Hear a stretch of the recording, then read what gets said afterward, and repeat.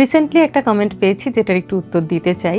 হয়তো অনেকের এটা মনে হয় সবাই লিখে উঠতে পারেন না, কিন্তু যিনি লিখেছেন তাকে একটু আমি উত্তর দিতে চাই। কমেন্টটা আগে পড়ে নিই। সুধা চক্রবর্তী লিখেছেন, এত অ্যাড দিলে গল্পের মাধুর্য গভীরতা দুই কমে যায়, শুধুমাত্র বাচনভঙ্গির জন্য তো আর গল্প শোনা যায় না।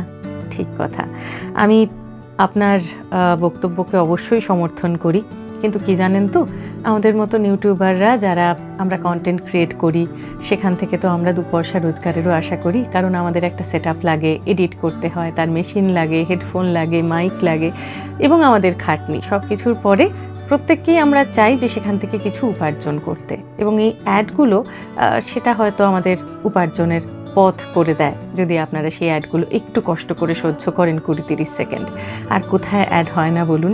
টাকা দিয়ে কেবল কেনেন, তারপর টিভিতে যখন সিরিয়াল সিনেমা দেখেন সেখানেও তো বারে বারে অ্যাড হয়।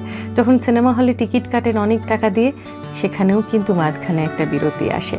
তো একটু যদি কষ্ট করে আমাদের এই কন্টেন্টের মাঝের দেখানো অ্যাডগুলো সহ্য করে নেন, একটু ভালোবাসা দিয়ে, একটু বাড়তি ভালোবাসা দিয়ে, আমার মনে হয় তাহলে আমরা উপকৃত হব, আমরা আমাদের কাজটা চালিয়ে যেতে পারবো।